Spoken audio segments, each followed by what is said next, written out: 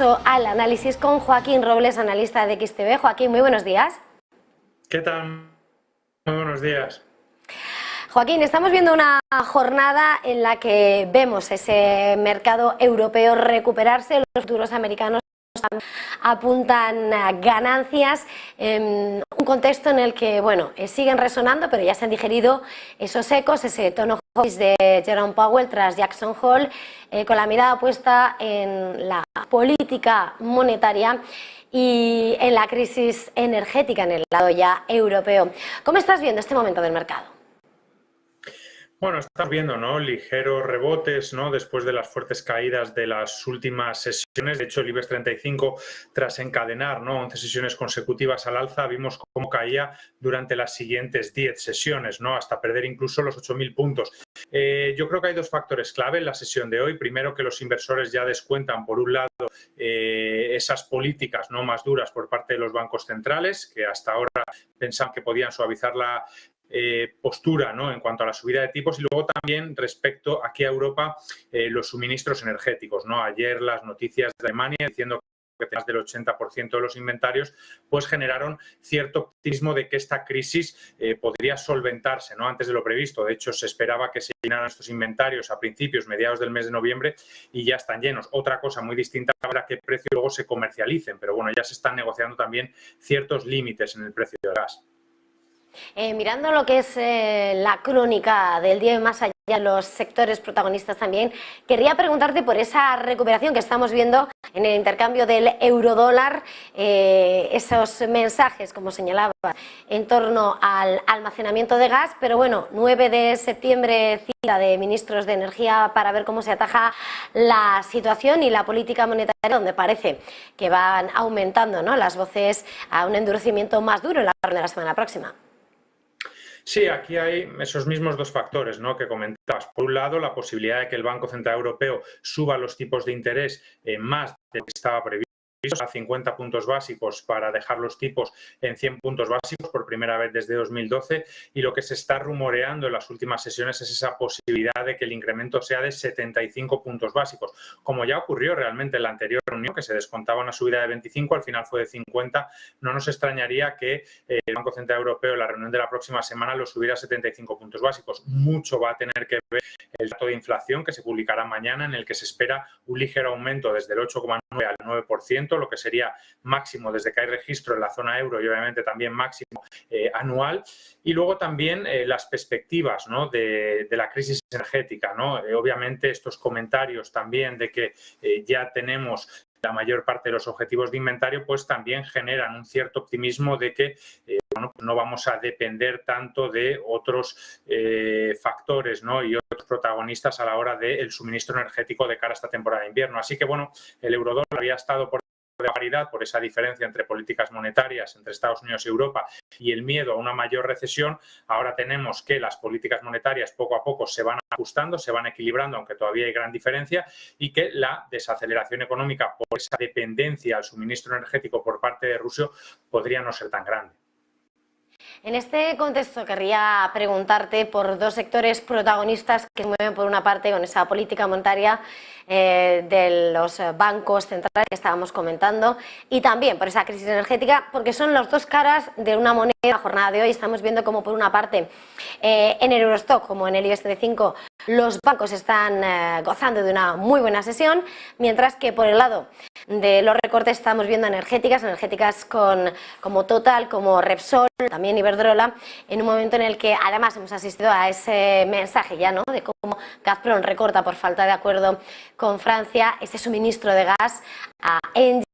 Despeja preocupaciones, pero bueno, la cuestión sigue sobre la mesa y el temor a un corte también. Entonces quería preguntarte precisamente por estos dos protagonistas de la jornada de hoy. Bueno, realmente son sectores muy volátiles que no tienen todavía una tendencia definida, porque podemos hablar, ¿no?, de factores positivos y de negativos, ¿no? La banca hoy podría celebrar, ¿no?, ese endurecimiento monetario más rápido, ¿no?, más contundente de lo previsto, ¿no?, una subida de 75 puntos básicos en vez de 50, que puede ser bueno, ¿no?, porque aumenta ese margen de intereses, esa posibilidad de incrementar sus beneficios con los préstamos o con también los préstamos vigentes, como pueden ser las hipotecas relacionadas con el Euribor, pero también tiene la otra cara, ¿no?, la de que subidas de tipo muy rápidas pueden provocar una desaceleración económica, pueden provocar una menor actividad bancaria, ¿no?, que los hogares y empresas pidan menos dinero prestado, y luego también un empeoramiento de las perspectivas económicas que aumente por lo tanto las provisiones y menores beneficios. Así que hoy tenemos subidas, pero también hemos visto otras sesiones anteriores con caídas por estos otros factores. Y las energéticas igual, ¿no? Tenemos por un lado que el aumento de precios, pues obviamente aumenta sus márgenes, les beneficia, pero por otro lado posibles regulaciones, ¿no?, en cuanto a impuestos o topes que también pues obviamente generan, ¿no?, esa incertidumbre jurídica, esa incertidumbre sobre la viabilidad de sus próximos beneficios, y que hay sesiones como las de hoy que perjudican, pero ayer, por ejemplo, veíamos, ¿no?, a las compañías ligadas a las materias primas liderando las subidas.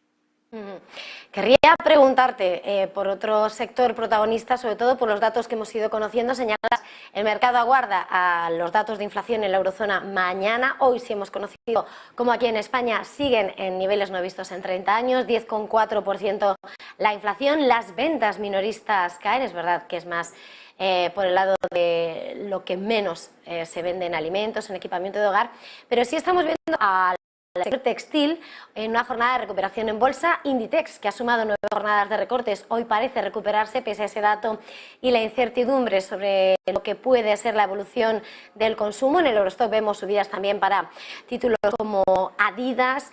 Quería preguntarte sobre Inditex, ¿cómo lo ves? Lo que es el sector, es verdad que Adidas se va algo más de lo que es el propio comercio minorista. Quería preguntarte por ellos.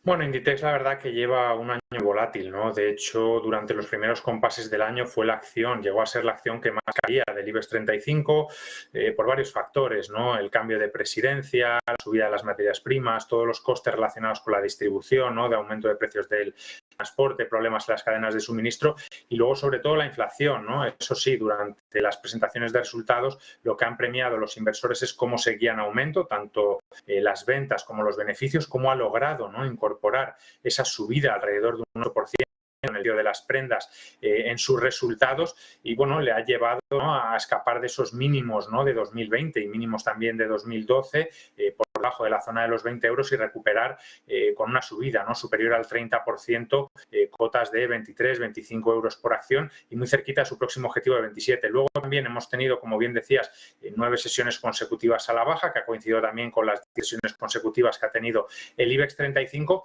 y un poco con estos temores, ¿no?, temores a una desaceleración económica y temores a un menor consumo. Al final lo que tenemos es que la inflación en España es del 10,4%, ¿no?, y en el resto del mundo pues también entre el 7, 8, 9%. Si no hay presión salarial, esto va a hacer que las personas no puedan consumir lo mismo que hace un año, ¿no? Y muchas veces las prendas, ¿no?, el textil es el primero, ¿no?, que muchas personas dejan de comprar, y de ahí que, bueno, pues este tipo de compañías pues estén ajustando a la posibilidad de un menor consumo. Lo veremos, ¿no?, en las próximas presentaciones, pero es probable, ¿no?, que cuanto más se alargue este escenario de inflación y este escenario de subida de tipos, pues más se puedan dañar, ¿no?, las perspectivas de este tipo de compañías textiles. Pues vamos a terminar aquí. Joaquín Robles, analista de XTB. Un placer haberle tenido esta mañana aquí con nosotros. Feliz jornada y feliz negocio. Igualmente, muchas gracias.